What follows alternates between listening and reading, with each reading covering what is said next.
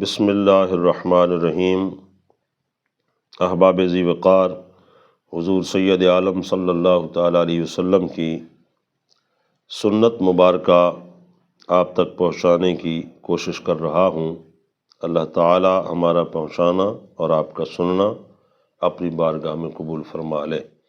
عن معاذ بن انس ان رسول اللہ صلی اللہ علیہ وسلم قال، حضور نے ارشاد فرمایا، من اکل طعاما، جس نے کھانا کھایا، ثم قال، اور کھانے کے بعد اللہ کا شکر ادا کرتے ہوئے اس نے یہ جملہ بولا، الحمدللہ الذی اطعمنی ھذا الطعام ورزقنیہ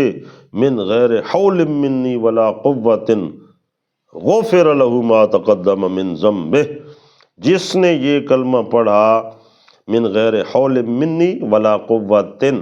تک، اس تک جس نے یہ کلمہ پڑھا، تو حضور صلی اللہ علیہ وسلم فرماتے ہیں کہ اس کلمہ شکر پر اللہ وحدہ لا شریک اس قدر راضی اور خوش ہوتا ہے کہ اس کے پچھلے جتنے صغائر چھوٹے موٹے گناہ تھے اللہ تعالیٰ سب معاف فرما دیتا ہے۔ سبحان اللہ، یہ حضور کے صدقے میں رب العالمین کا ہم پر کس قدر کرم ہے، لطف اور مہربانی ہے کہ ہم نے اللہ کی نعمتیں کھائیں، اپنا پیٹ بھرا اور لذات اور ساری نعمتیں اور ساری چیزیں حاصل کیں،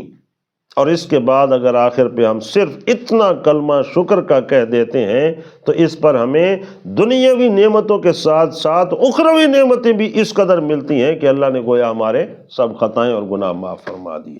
تو دوستو، اس کو اپنانا چاہیے، یاد کرنا چاہیے کہ جب بھی آپ کھانا کھائیں، اللہ تعالیٰ کی عطا کردہ نعمتیں ان سے لطف اندوز ہوں تو آخر پر کلمہ شکر کے طور پر اس دعا کو ضرور پڑھ لینا چاہیے۔